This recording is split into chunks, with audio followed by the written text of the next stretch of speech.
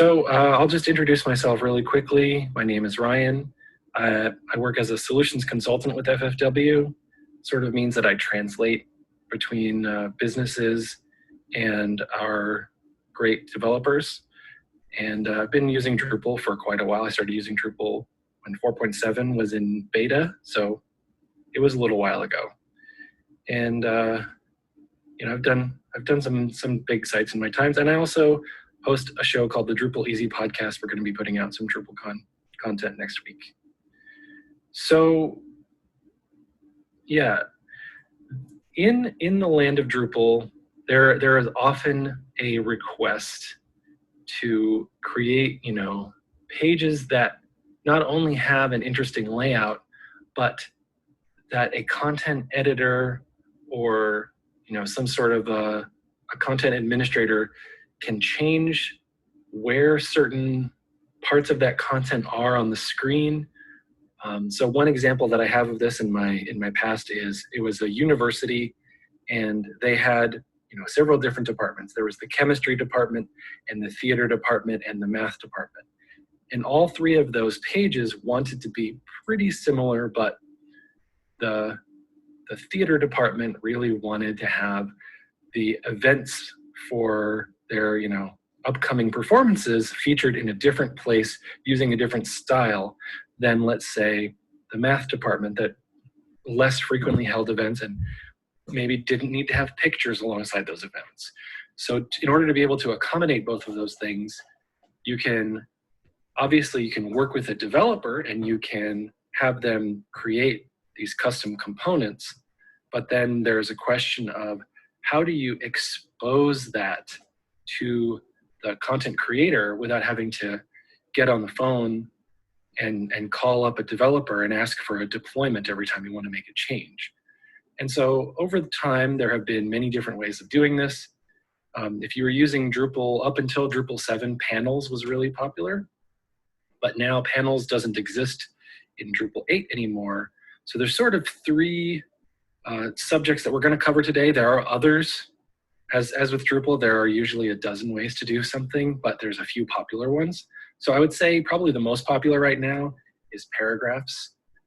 Up and coming is Layout Builder, and then something that I've been looking into recently because a lot of our clients are starting to ask us about it is what was called Acquia Cohesion is now called Acquia Site Studio. So the really quick overview of paragraphs is, hey, yo, I heard you like content, so I put some content in your content so that you can have content when you use content, right? It's like nested pieces of content, one inside of the other. The layout builder is really taking Drupal blocks and it is elevating those. It says everything on the page that we want to do or change, if you can do it with blocks, you can do it in Layout Builder. And the capacity for creating these layouts can be done in a number of different ways, but it can also be done dynamically, at the time that you're creating the content, you can also be changing the layout. And they have sort of two different philosophies for doing that. And then the last one being Acquia Site Studio. It is a very powerful and very flexible user interface that once you get it set up will allow some really interesting choices to be made, but inside of sort of a predefined theme framework. So we'll talk about each of these in detail. So let's start with paragraphs. One thing that's interesting about paragraphs, most of the time that you see it being used, is that the layout and the content are mixed together.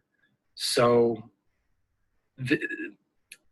it can make actually the user interface a little bit confusing, but it is incredibly popular. 150,000 sites report using paragraphs.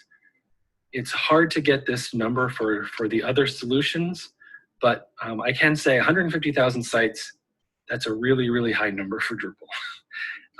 It goes backwards compatible with Drupal 7. Paragraphs exists back there, and several of the solutions that you'll see for Drupal 8 or 9 will also work for Drupal 7 because paragraphs has been around for a while.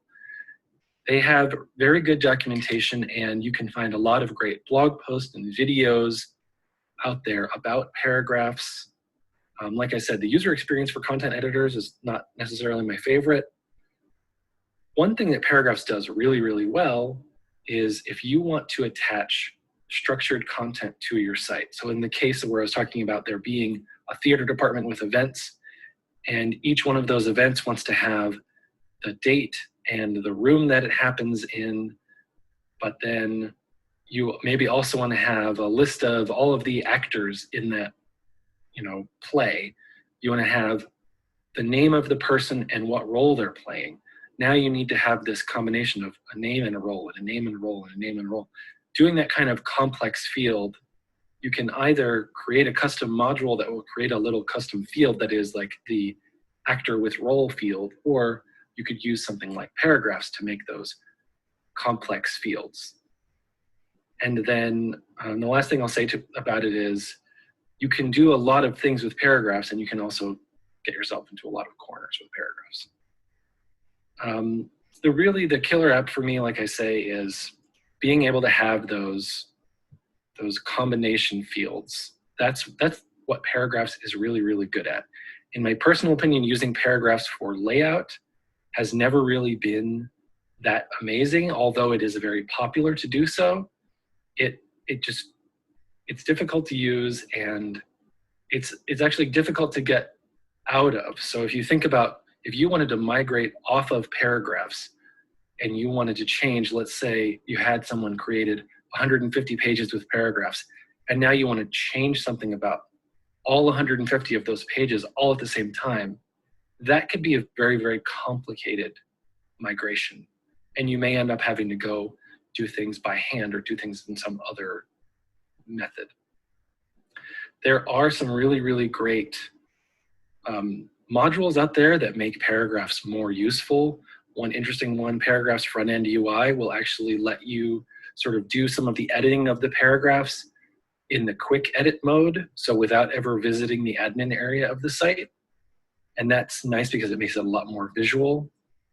Another one that's still very, very new is something called Layout Paragraphs, which sort of combines some of the best things about layouts and paragraphs.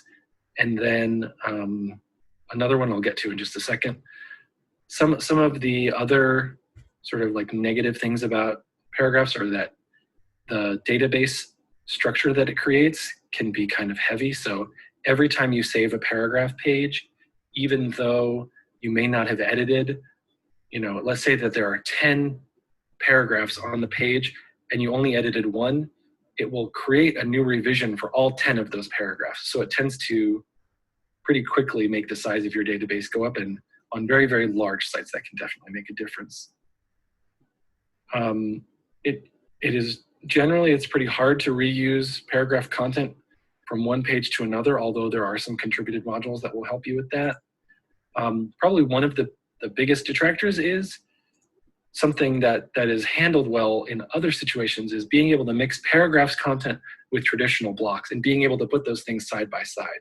A lot of times when I've had to do something like this, I've had to use special fields like a block field or a views field or entity references to take something that's not a paragraph and bring it into a paragraph. So it feels a little bit like a trick.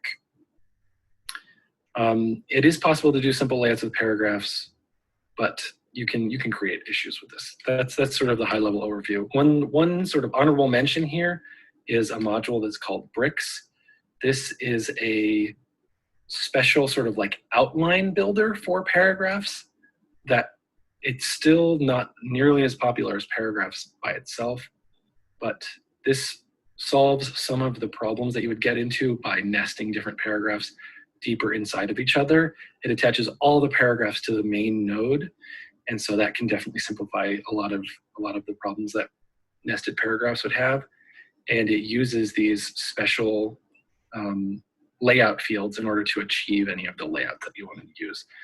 So there's more information on that out there online, and we'll give some links at the end.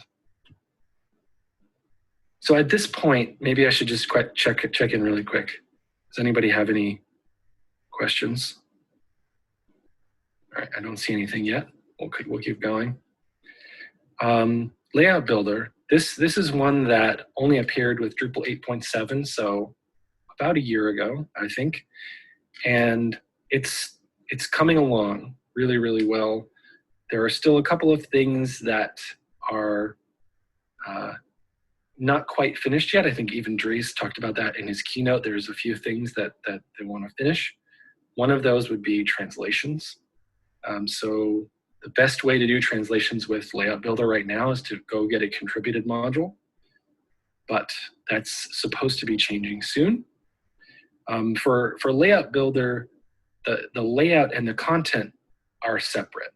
So you can bring in any block from your Drupal site as long as it can be represented as a block, and blocks are really some of the most common aspects of Drupal site building. If it can be represented as a block, it can be used in the Layout Builder. And Layout Builder also has a really cool sort of feature that it lets you create content that only exists on the particular page you're editing right now. But if you would like to be able to reuse it, you can sort of hit a button, and then it will let you be able to reuse it on other pages. The documentation is good, but as it is only a year old, not a lot of new sites tend to get built inside of that span of a year. So some people are still waiting and seeing. There's still a lot of sites out there that are getting built with paragraphs, but more and more sites are starting to use Layout Builder. So people are starting to sort of realize the pros and cons of each of these.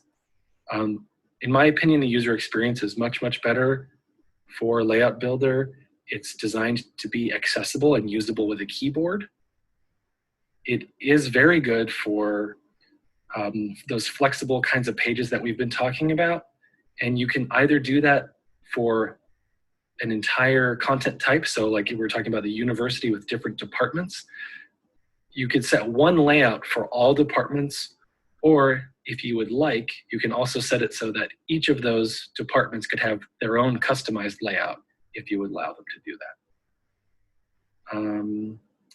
So let's talk a little bit more about this. I think the killer app is definitely that it just uses blocks and fields. So when you start using the Layout Builder, all of the fields that you attach to a piece of content, they don't need to be of a special type like paragraphs. All the fields, a phone number field, the body field, an image field, entity references, all of those become blocks that you can place using the Layout Builder. And so the Layout Builder ends up being sort of a special field that gets stored alongside the node that tells Drupal where you want to put those pieces of content for that specific node. And it's pretty nice.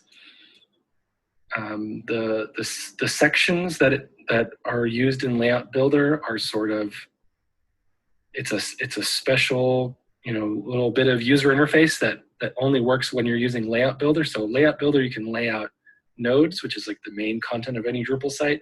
You can lay out blocks. You can also lay out menu items. So there's a way you can create mega menus using the Layout Builder. And any other entity that you can think of, you could customize it to, enable Layout Builder going forward. It's definitely a little bit more what you see is what you get than something like paragraphs, because you're sort of editing it all on the front end, and you get to see live previews of what it is that you're editing. And then the interface will sort of only appear when you want to start editing the contents that are inside of those blocks. So it's a lot more sort of like upfront editing. Anything else that I want to say off of this slide? I think that's pretty good. Their ecosystem for Layout Builder is definitely growing, and some things are changing. Some things are getting replaced with better things as time goes on, because like I said, this is still kind of a new paradigm in the Drupal world. So one thing that's great is being able to use what are called like block types. So a lot of websites will have like a call to action block. So you might want to have an image and a headline and a subheading and the actual call to action link and the link text. So you can create that as a reusable unit by creating it as a block type, and now you can reuse that block type on any page that uses Layout Builder, and you don't have to worry about saving those fields in each different place. You can just set up your call to action and make them work. So there's some really fun things that can be done with that. One thing that will happen when you're using the Layout Builder is, since all of the blocks are available, it can end up being a little bit confusing to a content editor. Where should they start? So there are some good modules that can be used to limit the choices of what different editors can see when they're going to place new content into the Layout Builder. So look around in the module ecosystem for those. And then something I mentioned is that doing translations in Layout Builder is still one of the weak links. There are some patches that are planned on making it into core, possibly for Drupal 9.1, which should be released later this year. And for both Layout Builder and for paragraphs, you're not really going to use either one of them out of the box. Very likely, you're probably going to have to end up going out to the Drupal contrib ecosystem and finding some extra modules. So anybody used Layout Builder? Have any questions or comments specifically about that? Okay, well, in a few minutes here, we're just gonna open it up to like a general discussion. But I'll get through Acquia Site Studio and then we'll open up the floor. So Acquia Site Studio, this is an interesting product because it was a startup company that was acquired by Acquia, and they really designed the user interface for it from the ground up. This was called Cohesion until a few days ago. And the idea of mixing together your site building and your layouts and your front-end styles all together inside the Drupal user interface is really very interesting. Probably my biggest minus against something like Cohesion is that it requires someone who is a very good Drupal site builder, as well as has some decent knowledge about how to do front-end theming. To know both of those things is not something that everybody has, or maybe has a high degree of confidence with. So it kind of requires someone who's had some Drupal experience in order to do the initial setup. Once you have the initial setup, the building of the pages, the experience of building the pages is probably the best of these three. And Cohesion is really designed so that if you have 3 or 4 or a dozen or 50 sites that all have sort of a common design language, that you will have to do that setup, the big setup step once, and then for each site that you have to customize, you may have to do some setup on each of those sites. But it's very easy to translate the sort of base design language that works for your first site to all the other sites that you're using. So for a large institutional customer, or someone that has to crank out, dozens of small custom sites, we have a request from one of our clients right now that they want to put together a project pitch.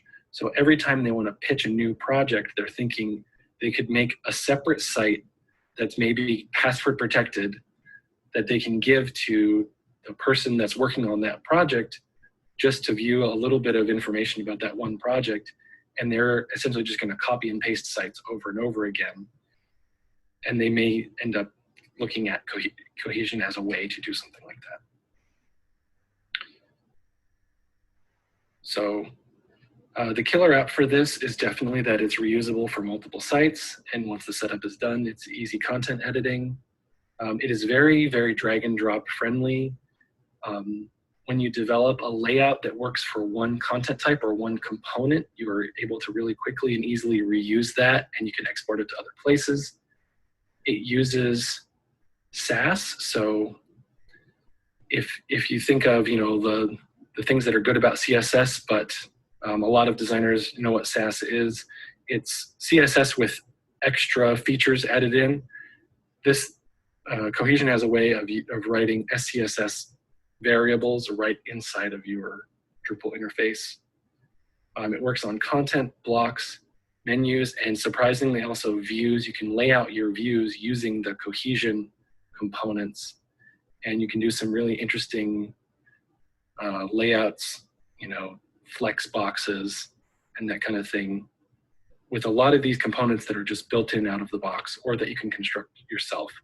And you can set up the custom variables and the custom CSS to do quite a lot once you understand how Cohesion works and how it's integrating with Drupal and your theme. Currently, when you sign up for Acquia hosting, they will give you one license to, I guess they call it Site Studio now, one license to Site Studio for free. I don't know how long that's going to last, but I had an email this week. Like I said, it requires a strong Drupal site building and front-end programming skills. Translation generally works pretty well, but there are some of their entities that don't work so well with translation, the way they do the layouts. But that's similar to the things you're getting with Layout Builder. And then it can be a little bit complicated to do some of the setup when you're doing complicated layouts with nesting components inside of each other. But again, once you sort of have one good example, it's really easy to copy that into others. And it's maybe goes without saying, this is a paid product by Acquia, so if you decide to host somewhere else or you're not currently on Acquia hosting, this may be a non-starter for you. So is any of these things comparable to Squarespace? No. Squarespace definitely is trying to solve a slightly different set of problems, but a lot of times when someone is having this conversation, they can say, does it work like Squarespace? Can I just drag on an image gallery component and just go? There are some contributed modules that will get you close, but it will still be, through the lens of Drupal. But all three of these choices would require you to have a really clear vision of what you want, a really solid content strategy, rigor around your design. So the more wishy-washy it is between page 1 and page 2 of your design, being able to reuse components is not really going to win you a lot if your designs are different on every page. It will still require you to deploy code to your Drupal site in whatever way makes sense for your organization. And as its Drupal site, all of these, in my experience, hosting Drupal is not exactly like hosting some other web solutions today. So having Drupal-specific hosting that understands what a Drupal site is and that you're hosting a Drupal site is a recommendation I think we make pretty frequently. So my favorite of the three is Layout Builder, if you didn't get that. It works really well with Core, and the separation between content and layout, I think, is a really good one. There are definitely some shortcomings, but I believe all of these have a few shortcomings.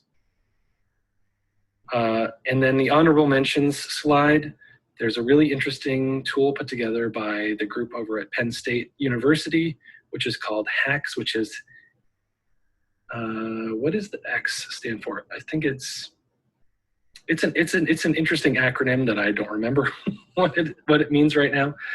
But the short version is that it uses pure web components. So if you know what web components are, in quotes, HAX uses web components and puts an interface on top of them.